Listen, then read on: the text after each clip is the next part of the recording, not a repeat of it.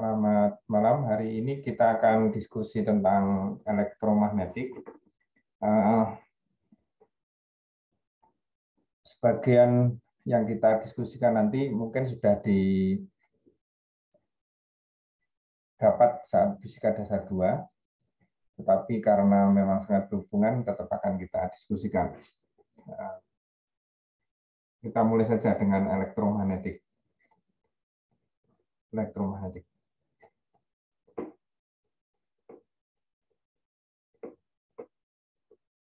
Saya minta tolong Ugar ya. Dengar, Gar? Dengar, Pak. Kalau dengar ini apa yang ada di benakmu, Gar? Bisa kan nggak, Gar? Kenapa, Pak? Bisa kan? Oh iya, sebentar, Pak.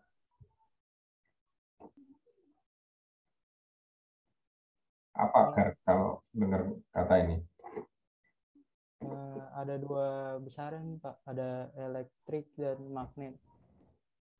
Kalau yang saya pernah baca, elektromagnetik itu terjadi saat sebuah konduktor dialiri arus listrik, Pak. Sorry, gimana tadi? Nah, kalau dari katanya aja ada dua besaran itu kayak elektrik dan magnet. Kalau yang sudah saya pernah baca, elektromagnet itu terjadi kalau konduktor dialiri arus listrik. Ya.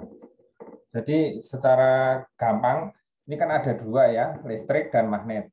Listrik, magnet. Nah, elektromagnetik itu akan menjelaskan hubungan antara fenomena listrik dan magnet yang akan ini menjadi dasar-dasar kemajuan yang sekarang ini, karena seperti mesin listrik semua menggunakan prinsip ini. Jadi mesin listrik itu dibuat dengan dasar ini ya. Nah, untuk itu maka kita, kalau listrik kan sudah ya, kita sudah bahas sedikit. Kalau magnet ini kan mungkin sebagian sudah kita diskusikan, tapi hubungannya dengan listrik belum terlalu kita diskusikan. Nah, untuk itu kita review magnetik dulu, yang paling dasar. Mungkin sebenarnya materinya bahkan sangat dasar, mungkin saat di SMP bahkan di sebagian itu SD sudah dikenalkan. Oke, saya akan ganti ke materi yang ada di buku, yaitu tentang yang lain. Tolong on cam kalau tidak ada masalah dengan kamera, dengan sinyal, supaya saya agak ada interaksi.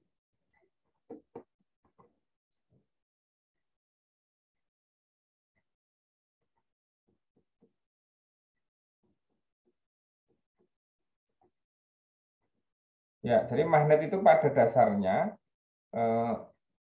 dulu waktu di kelasnya mungkin sudah pernah saya diskusikan ya tentang magnet.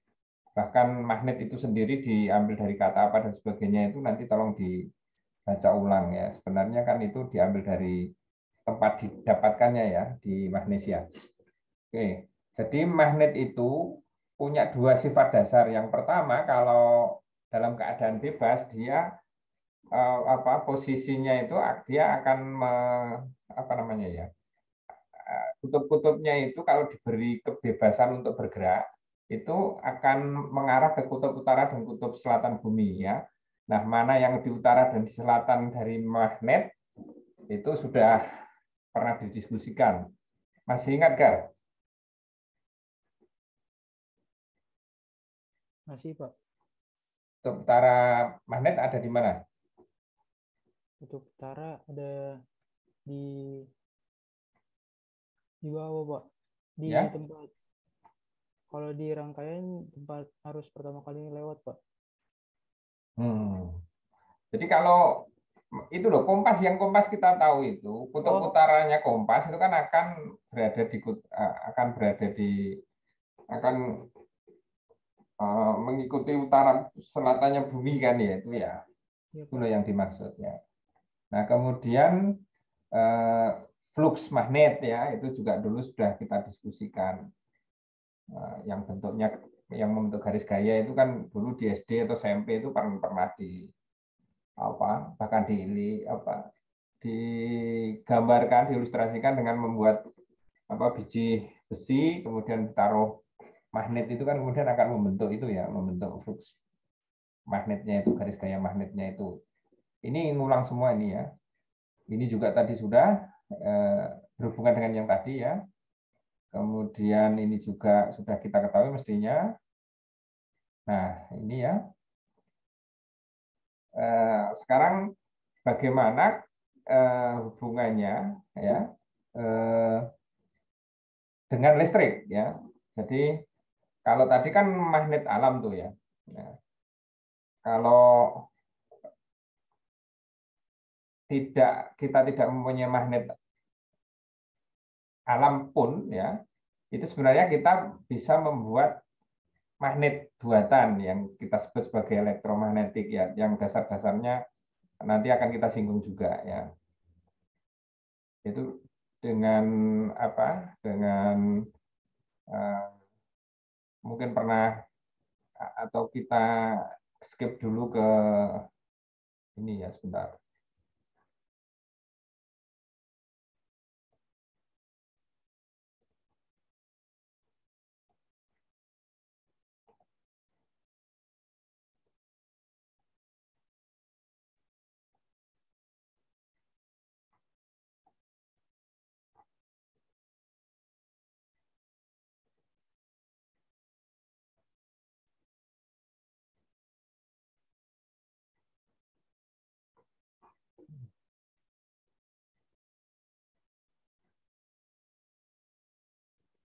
Oke, kita langsung ke sini aja deh, nggak apa-apa, lewat apa buku ini aja. Jadi tolong diingat kembali bahwa di Fisika Dasar 2 kita pernah mengenal konsep atau fenomena bahwa kalau ada arus yang melalui penghantar, maka di sekitar penghantar itu ya akan ada flux magnet ya. Disampaikan oleh siapa itu dulu, Christine? Masih ingat nggak? Bahwa kalau kita punya penghantar berarus akan ada flux magnet di sekitarnya, itu disampaikan oleh siapa dulu? Lupa. Masih ingat nggak, Val? Siapa, Val? Orsted, Ya, oleh Orsted ya. Tapi Orsted kan waktu itu hanya menyampaikan arahnya bahwa ada gitu kan ya, ada. Tapi arahnya bagaimana belum. Nah, kemudian arahnya disampaikan oleh siapa, Fis? Faraday bukan? Faraday itu yang GG induksi ya. Afik masih ingat. Jadi kalau adanya itu oleh Orsted ya, adanya ini kok susah. Nggak usah nih. Oleh Orsted, kemudian kalau arahnya oleh siapa? Ya, oleh siapa dia?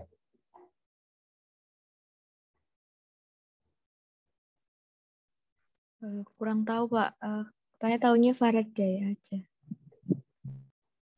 Ya, adanya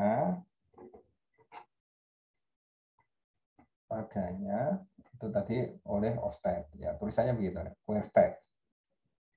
Ya, arahnya disampaikan oleh James Clerk Maxwell, Pak. Maxwell. Nah, arahnya bagaimana, Li? Arah medan magnetnya apa hubungannya dengan arah arusnya, Uli? Ketika arusnya menjauhi kita, ikuti hukum medan itu menghukumi apa? Kalian mengenalnya sebagai apa itu? ulir scrub juga boleh, pakai gambaran apa kepalan tangan ini kan juga boleh. Yang ini tadi loh. Iya, pakai kepalan tangan. Ya, yang ini tadi. Bentar.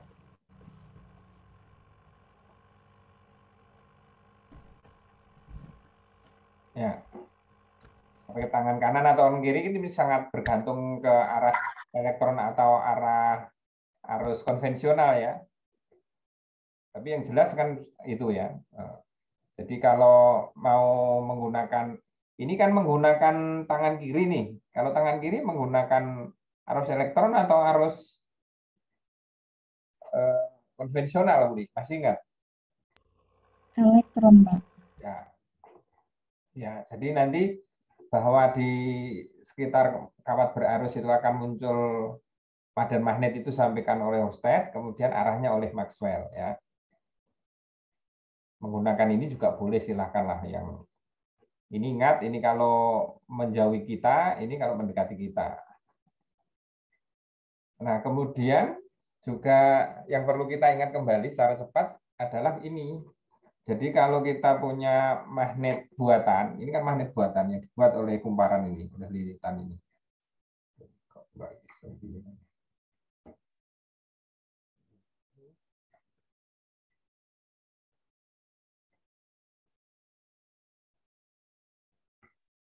Ya, oleh lilitan ini, maka tanpa adanya apa ferromagnetik yang ada di sini kan tetap ada nih, ya fluxnya kan ada.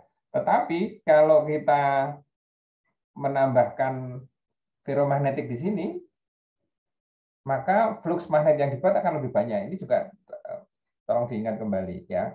Karena ini nanti juga kita gunakan. Bagaimana untuk mempercepat putaran motor misalnya dan sebagainya, itu bisa kita drive dari situ atau kita kendalikan dari situ.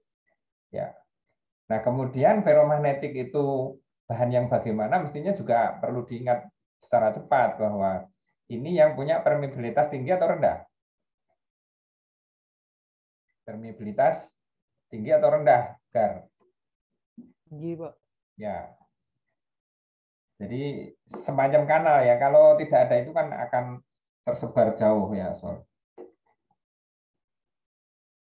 Nah, ini juga tolong diingat kembali bahwa kalau untuk meningkatkan flux magnet bisa juga dengan menambahkan ininya, apa mengubah lilitannya.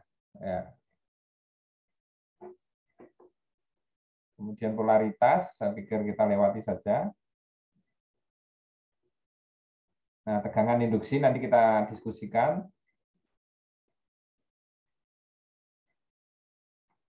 Oke, sekarang kita masuk ke tokoh berikutnya tentang elektromagnetik. Tadi kita sudah mengenal Oersted dan Maxwell. Yang berikutnya adalah yang tadi sudah disebut-sebut, yaitu si Faraday. Ya. Jadi Faraday itu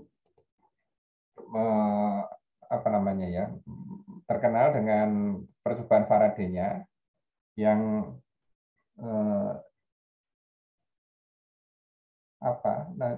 meletakkan dasar-dasar tegangan induksi. Nah, ini juga mohon dicatat bahwa tegangan di belakangnya ada induksi. Nah, dulu kita juga sudah mengenal tegangan yang muncul dari baterai itu. Nah, mengapa ada keterangan di belakangnya induksi? Nah, nanti ini juga mestinya kita cermati ya, induksi itu bagaimana gitu. Tapi sebelum itu kita masuk ke sini dulu. Nah, percobaannya ini saya pikir sudah sangat sering kita dengar ya, bahwa si Faraday ini punya kumparan dan punya magnet tetap yang magnetnya itu kita gerakkan keluar masuk ke kumparan dan ternyata yang didapat ini. Ya. Nah, ini ya besarnya GGL induksi, tegangan induksi yang dibangkitkan ini akan setara dengan perbedaan fluxnya, perbedaan flux per detiknya ya. Ini yang apa namanya ya, yang nanti juga akan bisa digunakan untuk melihat gejala motor ya, misalnya untuk menaikkan menurunkan putaran dan sebagainya ya. Jadi intinya si Faraday itu bisa menunjukkan bahwa bisa muncul GGL induksi kalau dia punya magnet ya, punya magnet. Bukan punya magnet sih sebenarnya. Magnetnya sendiri bukan apa Pak. Ini yang penting. Ada D flux per dt. Karena kalau magnetnya ini ya tidak sedang bergerak, ternyata kan nggak ada defleksi ampere meter ya. Artinya magnetnya ada, kumparannya ada, itu nggak ada fenomena listrik yang muncul. Tetapi begitu dia bergerak, entah masuk entah keluar, maka baru akan muncul listriknya. Maka yang perlu dicermati bahwa bahwa yang menjadi kata kunci munculnya listrik induksi adalah D flux per dt-nya. Artinya perubahan flux per waktunya. Nah, perubahan flux per waktu itu bisa dengan macam-macam caranya. Kalau di magnet permanen tadi kan dengan menggerakkan tadi. Dengan menggerakkan artinya flux yang diterima oleh kumparan itu kan akan apa istilahnya, tidak tetap persatuan waktu, dia akan berubah-ubah. Itu kalau dari magnet permanen. Tetapi kalau dari magnet buatan, ya elektromagnetik tadi, ya dengan sumber bolak-balik itu ya karena bolak-balik ya akan arahnya berubah ya. Itu juga otomatis ada di flux per dt itu, ya di flux per dt-nya. Nah kalau kumparan itu dialiri arus searah ya tidak ada di flux per dt karena arahnya tetap. Makanya kalau itu juga bisa sebenarnya dengan cara digerakkan itu ya. Oke. Nah, kemudian ini tadi N-nya sudah kita singgung di awal tadi ya bahwa besarnya flux itu kan bisa dikendalikan melalui jumlah lilitan. Nah, makanya jumlah tegangan ini juga dipengaruhi oleh jumlah lilitan karena kalau lilitannya semakin banyak, fluxnya semakin besar. Nah, kalau fluxnya semakin besar, ya, padahal dia berubah-ubah, maka E-nya juga naik. Itu menurut saya secara mudah bisa dilihat hubungannya ya. Ini. Nah, kemudian yang berikutnya adalah tanda minusnya tadi. Tanda minus yang di depan huruf N tadi itu akan nanti kita lihat saat kita diskusi tentang motor listrik bahwa arus yang dihasilkan nanti, GGL induksi yang dihasilkan nanti itu arahnya akan sedemikian rupa melawan arus yang menimbulkannya. Ini agak susah terima mungkin, tetapi kalau kita tadi kan induksi itu kan bisa saja dari magnet permanen yang digerakkan tadi permanen, tapi bisa juga dari listrik ya, dari magnet buatan. Nah, kalau magnet buatan itu kan menggunakan arah arus ya. Arus pembuatnya kan ada arus arahnya. Nah, maka nanti arus yang GGL yang dibangkitkan itu arusnya akan berlawanan dengan arus penimbulnya ini. Nanti akan terlihat itu di gejala motor ya. Jadi hanya tanda saja itu bahwa nanti arus yang dibangkitkan oleh GGL induksi arahnya akan berlawanan dengan arah arus penimbulnya. Nah, ini diterima sebagai kalau GGL induksi itu dibangkitkan oleh magnet buatan, bukan oleh magnet permanen. Kalau oleh magnet permanen kan kita nggak tahu. Atau nggak ada arah arus pembuatnya kan nggak ada. Ya. Saya pikir itu yang tentang hukum Faraday ini ya. Sebelum saya lanjutkan, ada pertanyaan mungkin?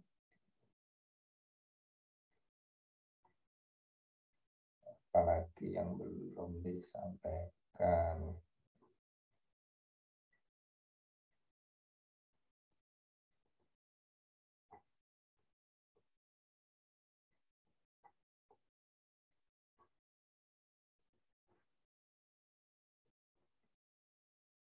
Oke, monggo kalau ada pertanyaan. Baik Pak, saya izin bertanya mengenai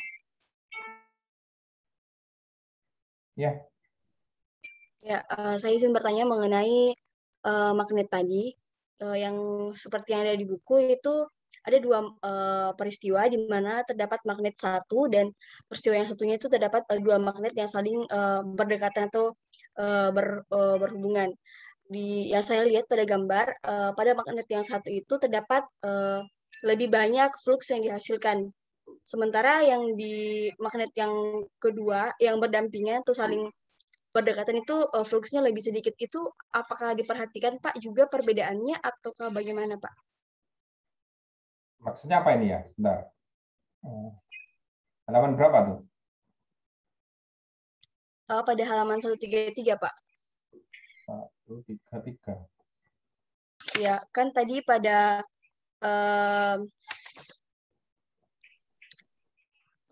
jumlah lilitan itu kan Pak diperhatikan jumlah lilitannya Pak ya.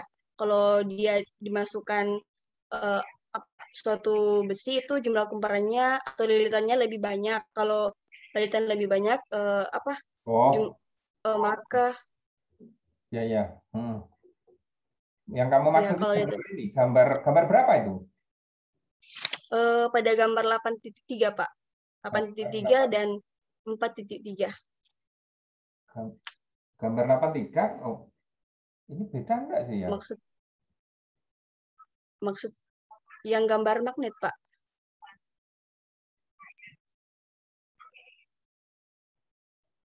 Oh, bentar.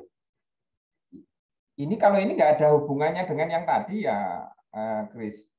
Yang gambar 84 ini kan hanya ilustrasi mungkin nggak tepat saja, tapi intinya magnet itu kan punya sifat kalau kutubnya itu berbeda itu akan tarik menarik, kalau mendapat kutub yang sama akan berlawanan.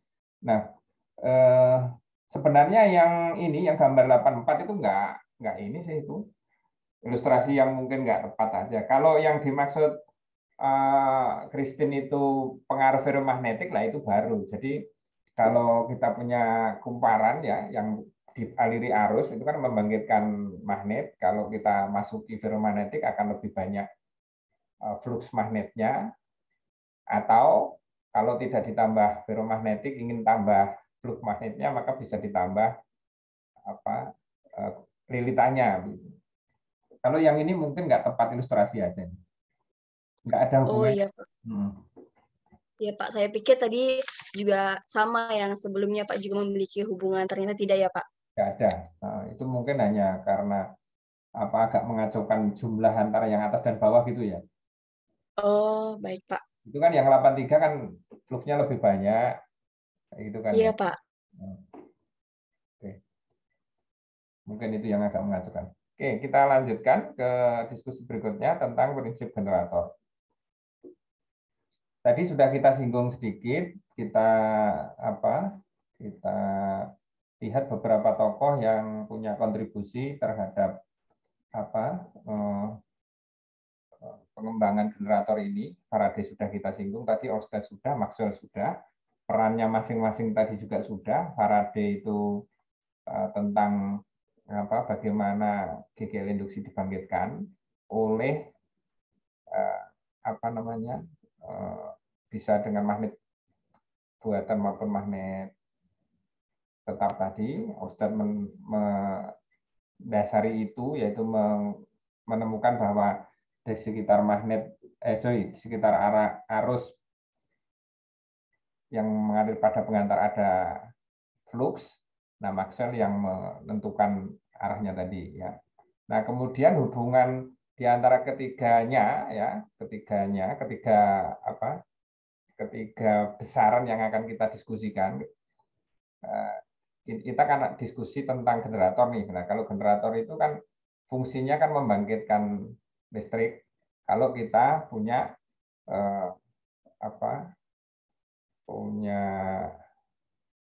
magnet ya, punya magnet dan punya gerakan. Makanya ini kan ada vektor gerakan, ada vektor flux dan vektor GGL ya. Bisa menggunakan pola hubungan ini ya.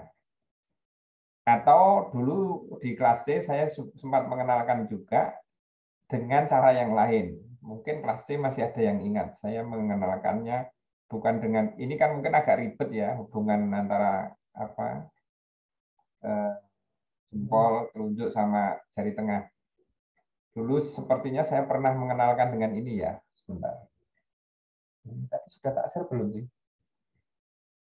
Belum saya share ya? Oh, Belum, Pak.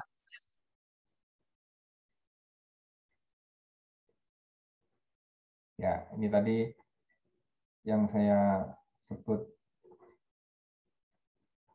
Sudah kelihatan belum?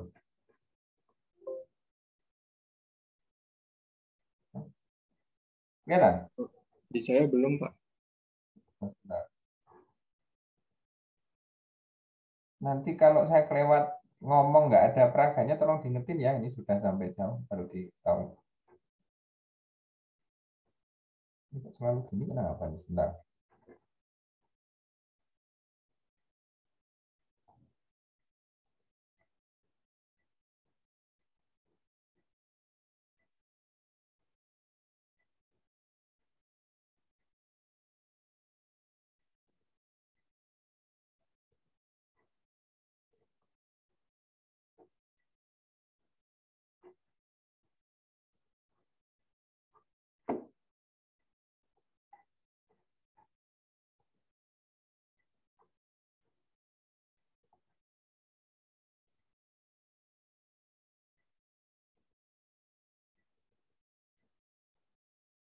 Sudah kelihatan?